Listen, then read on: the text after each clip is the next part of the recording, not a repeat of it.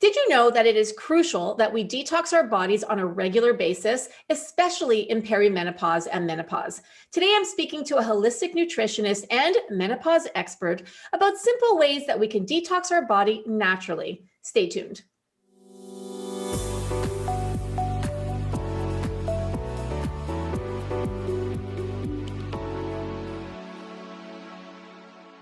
Hi, everyone. Today, I am with Debi Haryett, a nutritionist and expert in menopause. And truly, to me, Debi, you're an expert in anything to do with natural living. So welcome to Morphus. Thank you, Andrea. Happy to be here and happy to chat today with somebody who's like-minded. I love it. All right, so let's jump in. Let's talk about detoxification. Why is it important for us women in perimenopause and menopause to detox our bodies? And maybe also explain what detoxification means to you. Good questions. So menopause and perimenopause are two very significant times in a woman's life. And we don't have enough information out there to help women to understand what they're about to go through. And I don't know what you went through with yours, but when I hit perimenopause, I had a number of different symptoms that went on. And when I hit menopause, I had a number of different symptoms that went on. And I looked around for a lot of resources, but there really wasn't a lot out there. And it wasn't until later in my practice that I started to realize that detoxification was a major pillar in terms of going through perimenopause and menopause healthfully and easily. So the detoxification part comes in at menopause. People always ask me about this when they're approaching menopause because they're not really feeling well. They're having all those typical symptoms. They have sleep issues and brain fog and bloating and weight gain and hot flashes. You know, there's 20 to 30 symptoms that show up that we know of right now associated with menopause. And some of them start early in perimenopause, and some people are lucky enough to breeze through that period and just get them at menopause. And the thing that I found in my practice is that most of the women who go through menopause, if they've done their detoxification with me earlier, have a much smoother and easier menopausal transition.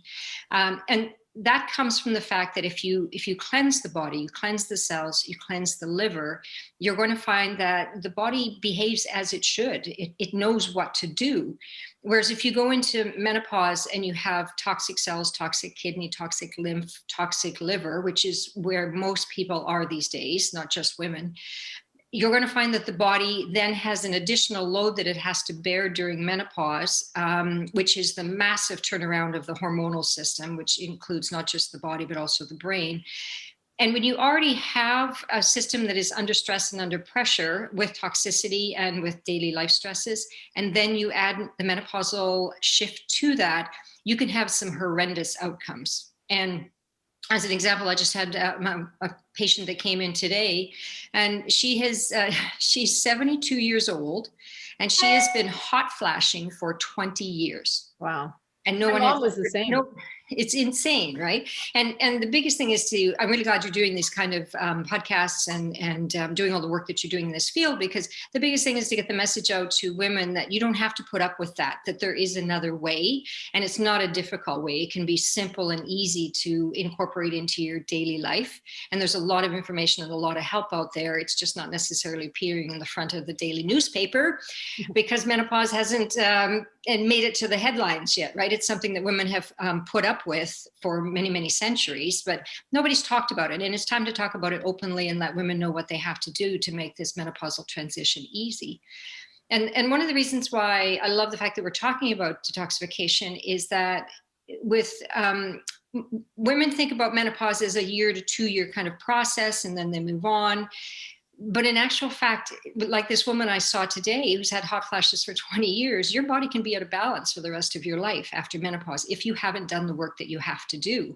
And it is work, and it's hard because many women at the time of menopause are juggling families. Sometimes they're going through menopause when their teenage daughters are going through puberty, which can create quite a conundrum. Hello. Yep. My house. It's called hormone heaven or hell, whichever way you look at it. So fun. And sometimes they have, they're, everyone is working a job, and then you have your family with a second job, and they are toxic, and they're not sleeping, and they're overstressed. And all of those things combine to make something that is very horrific when the hormones are shifting. And that's happening more now than it ever was before, because we've had our children later. And so we're going into menopause when we have this big load to carry. Whereas I think in our parents' generations, and even before then, the women weren't quite so stressed and weren't quite so laden with duties, I guess you'd say, at that point in time. So, and of course, we're more toxic now than we ever were before. That's been scientifically proven. You know, we know that babies have 250 chemicals in their umbilical cord blood at the time of birth, and that was 10 years ago. That study came out of Portland.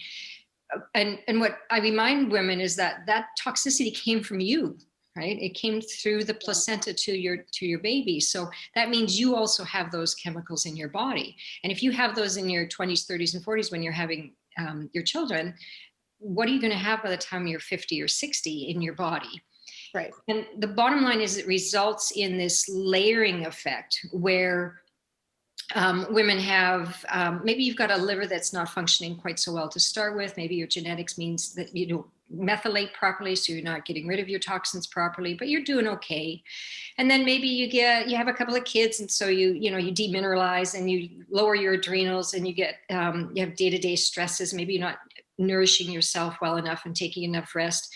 And then maybe you add on to that a little bit of insomnia. Maybe you add on to that a little bit of marital stress. And then maybe you add on to that the fact that you are having trouble at work. And maybe you add on to that the fact that your parents are having health issues and you're kind of in the middle of that. And then all of a sudden your hormones let you down, which is the normal expression people come in and say to me. And it puts you into this incredibly difficult position for your body to handle all of this. And if you had done your detoxification beforehand, that means you probably worked with a practitioner or done some things to shift your lifestyle around. That's going to set you up in a much better stead for handling that big shift so that at menopause, you don't tip over. And that is truly a tipping point. Remember, it's like the straw that broke the camel's back. And if you're a very, very strong woman, even if you have some of those stressors, you can often get through menopause with just a few hot flashes. But I see people that don't.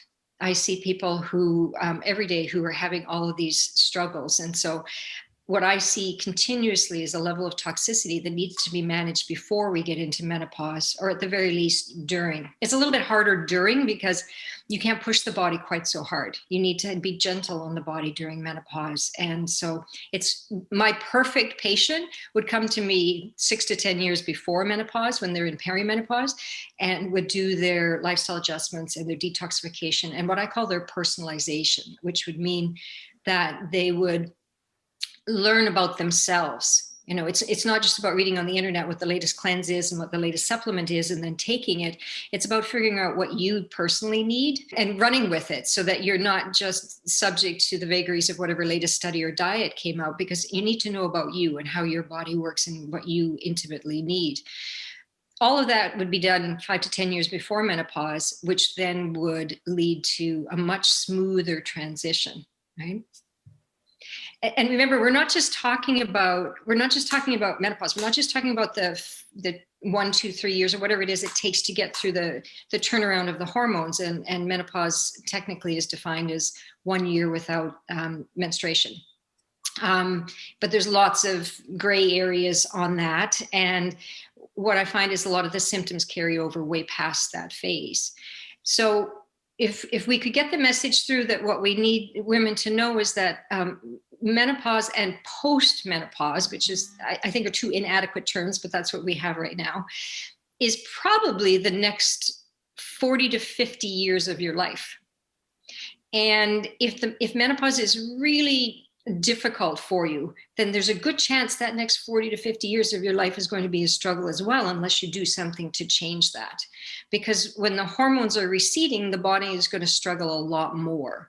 So being able to learn this information, personalize it for yourself, and do the detoxification, and it's not just detoxification, but that's a big part of it. It's about detoxifying and balancing the body and nourishing the body and the mind and the soul. If you can get all of that in place, you're going to find the next 40 or 50 years are absolutely fabulous, and menopause is nothing to be feared. Does that make sense? Yeah, it totally makes sense. And thank you for saying that. One of the things you touched upon, and I often hear from women who have or past menopause, let's say they've gone through their symptoms or the symptoms have subsided. Like let's say they had a lot of hot flashes or vaginal dryness, and to them they're past that and they're like, oh, I'm not in menopause anymore. But you just mentioned we're in menopause for the rest of our life. And I feel like we really need to redefine it or define it properly for women, because if you have, let's say to our viewers, if you went through menopause, but you're no longer suffering from vaginal dryness or hot flashes or whatever it is, the symptoms you went through in that short period, it doesn't mean that other things that you're experiencing isn't menopause related, right? So that's where I love that you said that, Debi. And you know what, just to take that further, when you think about it, we don't let's say average age of menopause is 51, 52. I actually think we need to adjust that. I think that data is old, because I'm seeing women 38, 40, 42 that are going into menopause. So things are rapidly shifting. We need to look at that whole situation. But we don't call, let's say it's average age 51. We don't call from 0 to 51 premenopause. Why should we call from 51 forward post-menopause? Yeah, exactly. Women's lives are way more complicated, and our hormonal systems and our bodies and brains are way more complicated than that.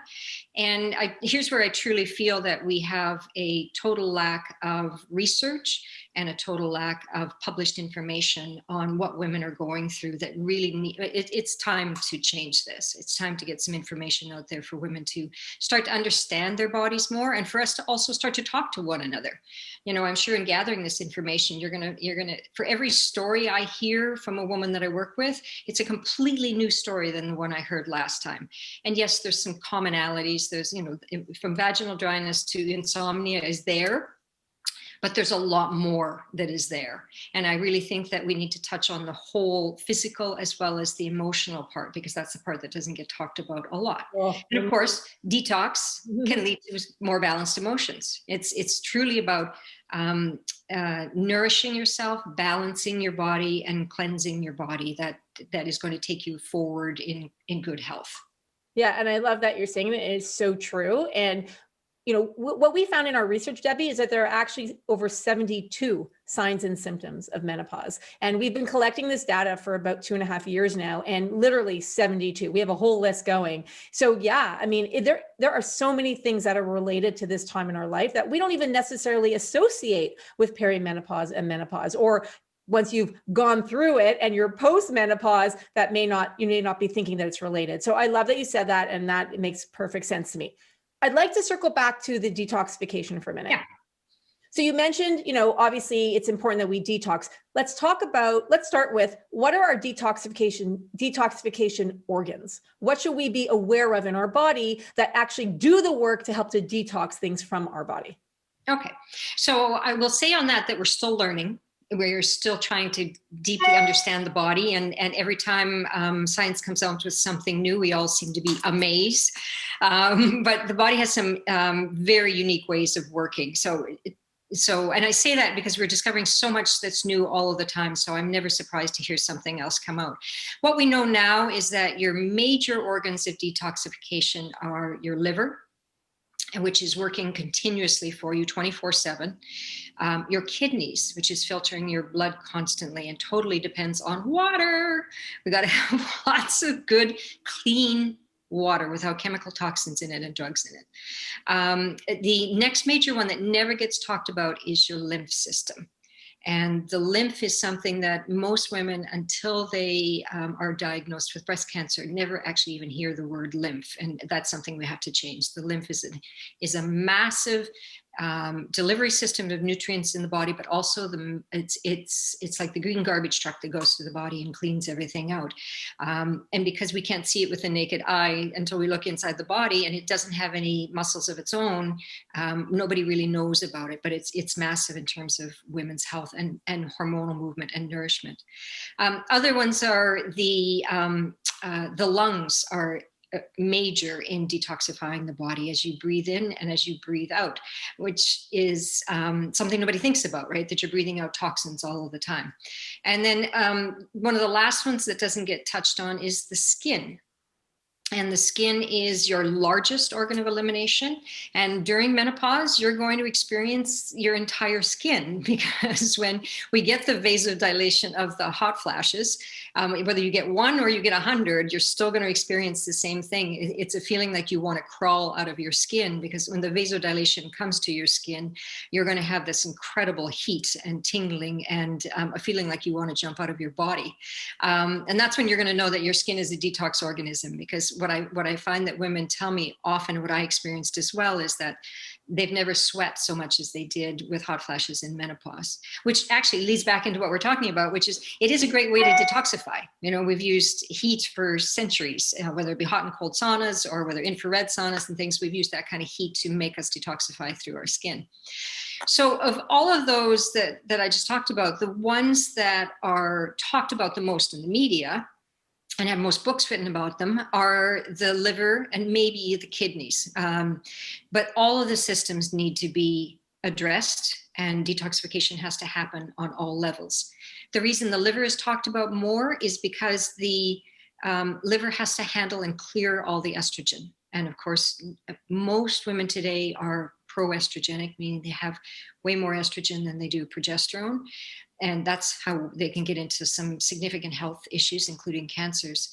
And the liver has to handle those estrogens coming out of the blood continuously as the hormones fluctuate.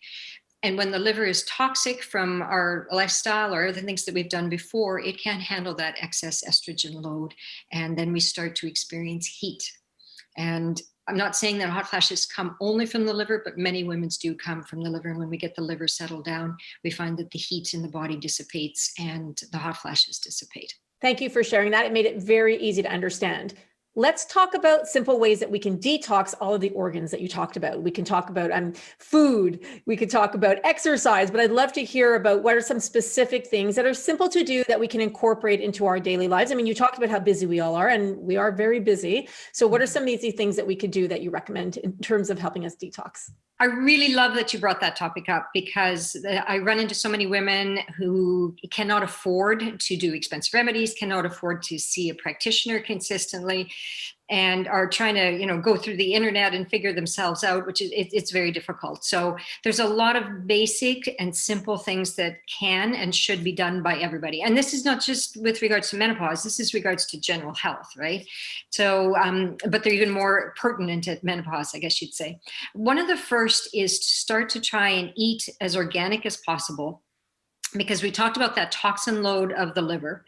And what we want to do is not only we want to lower the toxins in the liver, but we don't want to add any more as we go forward. And we know that as we age and as the hormones drop, the ability of the liver to clear the toxins decreases. So we got to be very conscious of what we put in, on, and around our bodies. And so one of the first things that you can do is to go as organic as possible. I know that can be a little bit more expensive, but it can also be as simple as putting a little garden on your deck and growing some organic vegetables yourself, going to farmers markets and getting as much organic in the summer as you can. You do what you can. But the goal to getting away from pesticides and toxins that you're eating 4 to 5 times a day as you eat your food. And that's probably the major source of toxins we're ingesting anyway. The second thing that we can do to take the stress off the body and the liver and to reduce toxins is we can stop consuming some of the most toxic laden foods. For example, wine is one of the ones that is very toxic, because grapes are one of the most sprayed crops on the planet.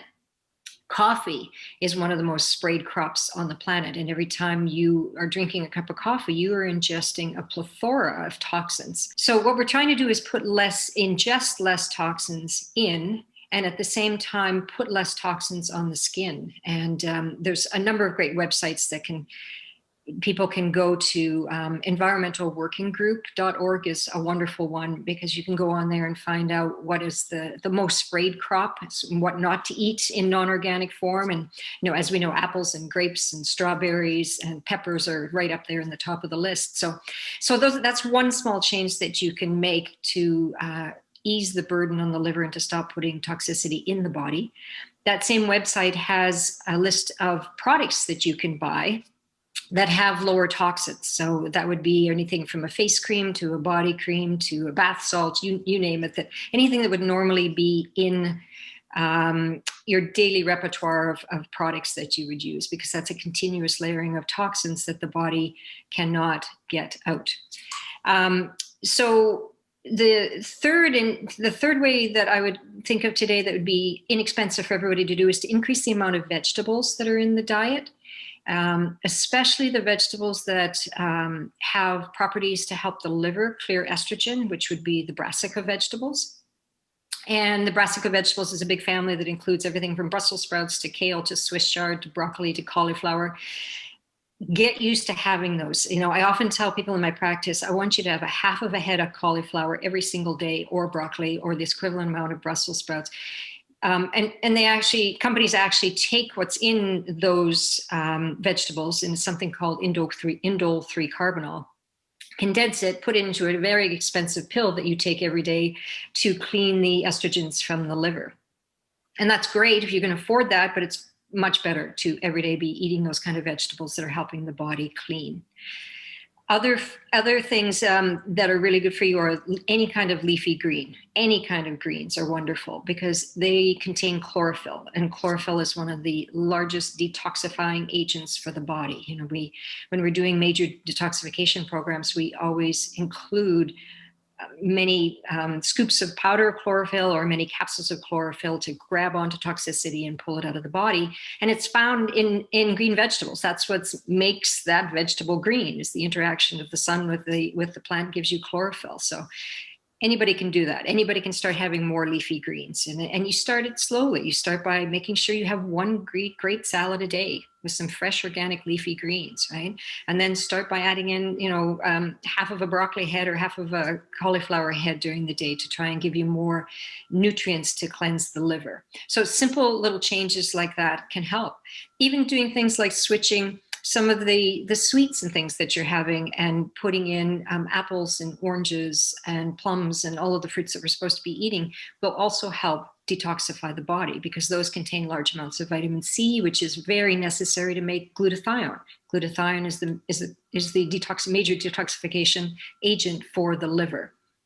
So it all comes back to food, and what you put in there 3 or 4 times a day. That is very, very important. All great advice, of course, from a nutritionist, from one nutritionist to the other. I love hearing this because it is so true, right? Making sure that we're eating the right foods. And I love that you gave examples of the type of foods that we should be eating and why. So glutathione, that master antioxidant, which I think is incredible.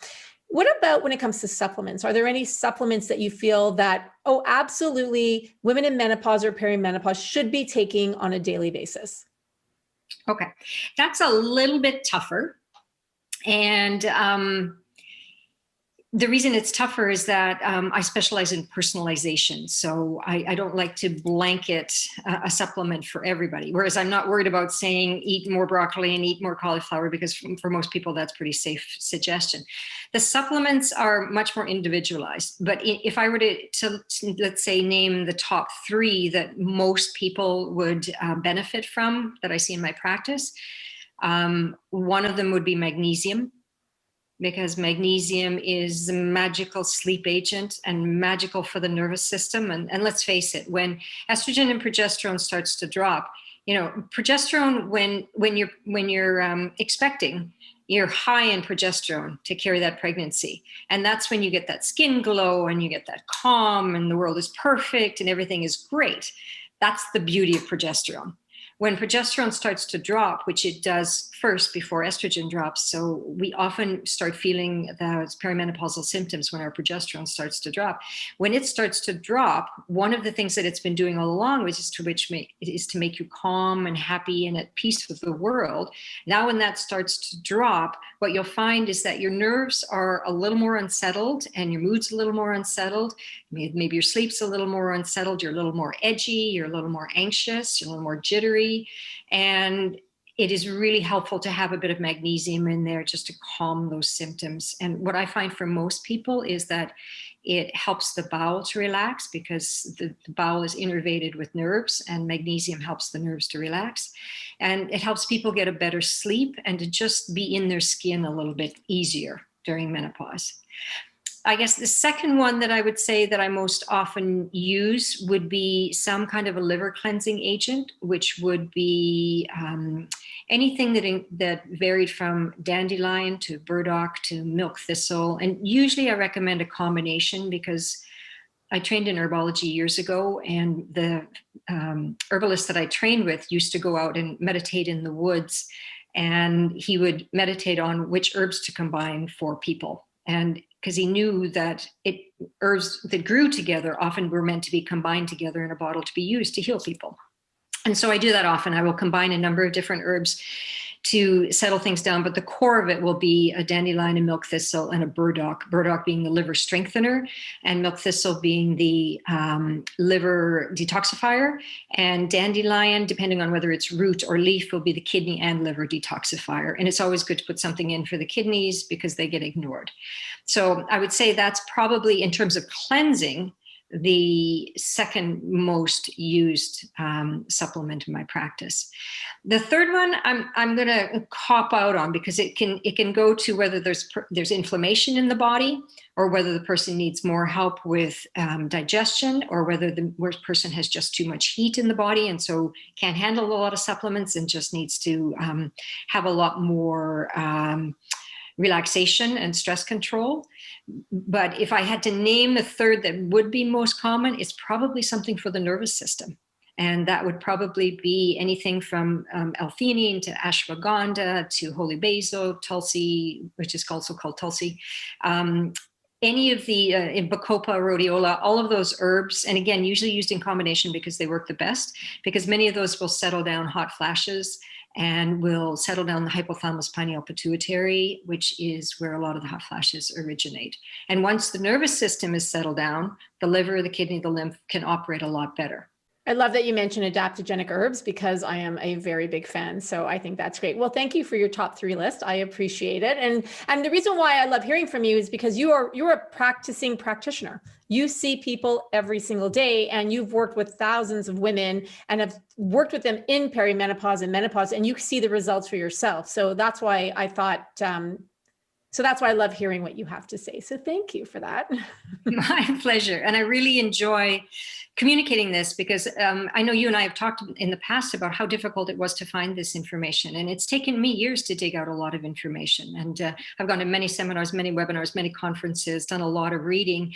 And at the end of it all, there's still a lot more to learn here and a longer way to go. And I know that there's a lot more remedies that need to become available for women because women's lives are changing. The stress levels are higher than they ever were before. The toxicity levels are higher than ever were before.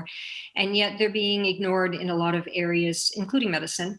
And we need more information, more data to be conducted on this particular area of life because it is such an important area of life. It is, I always say to people that puberty was one thing, menopause is a completely different thing. And if I had to put it on a scale of 1 to 10, I would say that puberty is maybe a 5 and menopause is an 8 to 10. Yeah. In terms of what you'll have to go through to get your life set for the next 30, 40 years, right? And we want to have a great mental state in those next 30, 40, 50 years. Actuarials are now saying we're going to live to past 100. So we can't look at this as a 1 or 2 year period. It is the rest of our lives. And it's very important to understand that and to reach out and get some help to work with somebody if there are imbalances going on in your life. I 100% agree. Is there anything before we end the interview that you'd like to share with our viewers or our listeners on our podcast? There is hope. Reach out and get some help. That would be the biggest thing. One of the things that I don't like seeing is when a woman takes 2 to 3 to 4 years to reach out and get help. We're so used to taking it all on and being the moms and being the ones who fix everything at work and being there for our spouses. And, it just keeps layering on. And then when it's actually time to do something for us, we take 2 to 3 to 4 years to make that happen. And that's just not acceptable anymore. We need to start prioritizing our health because quite frankly, when the woman in the household goes down, the whole household goes down. So we need to, at the first sign of any imbalance, that's when you reach out. That's when you get some help. And if you catch that early, it is so significantly less impactful on your life than if you let it go for 2 or 3 years. So I guess the bottom line message is to love yourself enough to know that you need the help and to reach out and get it. And again, it doesn't have to be expensive. It can be just all kinds of little changes that can be made in the body, and to do with diet and sleep. We haven't talked about sleep, but maybe that's another part. That's a very important part to address. But that would be the biggest thing, is to value yourself and to love yourself enough that you reach out and get the help that you need as soon as you can. We will do another video. That's our next one on sleep. Absolutely so important, because if we're not sleeping, then everything else, just nothing falls into place, right? And we're moody and we're reaching for sugary foods and all of that. So yes, I'll take you up on that. That will be the next one that we talk about. I love it. Thank you so much, Debi, for doing this today. How can people get in touch with you if they want to work with you or even ask you some questions? Okay, that's easy. Just email me at beyondnutrition, all one word, @simpatico.ca. And I'd be happy to get back to you, and we can either do an in-person consult or we can do a phone consult by Zoom, whichever works for you. And I would be happy to help you. And I highly recommend you, Debi. I've seen you myself. You've helped my mother. You've helped my kids. So to me, you are absolutely a gem, and a gem of a practitioner. And thank you so much for coming on today to Morphus and for sharing your wisdom. Thanks, Andrea. And thanks for keeping on communicating. I really appreciate it. Thank you.